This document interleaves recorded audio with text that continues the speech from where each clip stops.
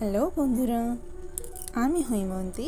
তোমাদের সকলকে স্বাগত জানাই আমার একটি নতুন ভিডিওতে। আজ তোমাদের সাথে আমি শেয়ার করে নেব আমার প্রথমবার শ্রী বানানোর অভিজ্ঞতা। হ্যাঁ, প্রথমবার আমি শ্রী বানালাম আমার এক ননদের বিয়েতে। যেহেতু এটা প্রথমবার, একটু টেনশনে ছিলাম যে এটা আমি ঠিকঠাক বানাতে পারবো তো। তারপর ধীরে ধীরে যখন আমি কাজটা করতে শুরু করলাম, বুঝতে পারলাম যে এটা এতটাও কঠিন না।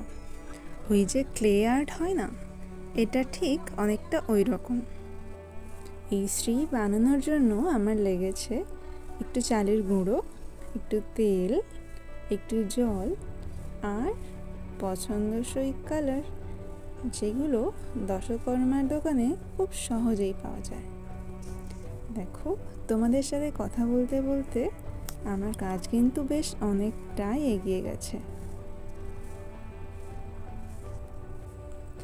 এটা কিন্তু বেশ টাইম কনজিউমিং ব্যাপার। অ্যাটলিস্ট আমার তো অনেকটা সময় লেগে যাচ্ছিল, তাই আমি আমার পাশে থাকা লোকজনকে একটু হেল্প করতে বললাম, যাতে কাজটা একটু তাড়াতাড়ি আমি ফিনিশ করতে পারি।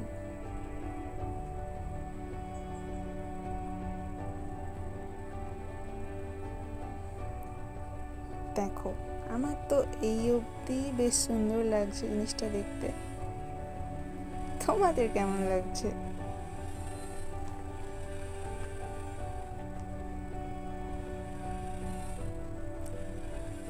আর কথা বলতে বলতেই আমরা জাস্ট ফিনিশিংয়ের দিকে চলে এসেছি। এখন চলছে ফাইনাল টাচ, আর এই কমপ্লিট হয়ে গেল।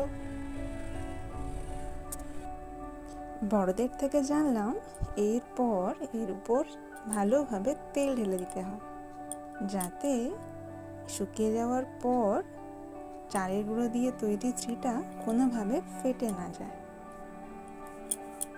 দেখো, সেই কারণে আমি বেশ অনেকটা পরিমাণ তেল এর মধ্যে ঢেলে দিলাম। আমার শ্রী বানানো তো কমপ্লিট হয়ে গেল, কিন্তু তার সাথে একটা কথা ভেবে একটু খারাপ লাগছে যে 2 দিন পরেই এটাকে জলে দিয়ে দিতে হবে। এত কষ্ট করে সময় দিয়ে ভালোবেসে বানানো জিনিসটা জলে দিয়ে দিতে হবে। তারপর আমার মাথায় এলো, যেসব শিল্পীরা রাত জেগে এত দিন ধরে ঠাকুর বানায়, সেই ঠাকুর যখন বিসর্জন দিয়ে দেওয়া হয়, না জানি তাদের কতটা খারাপ লাগে।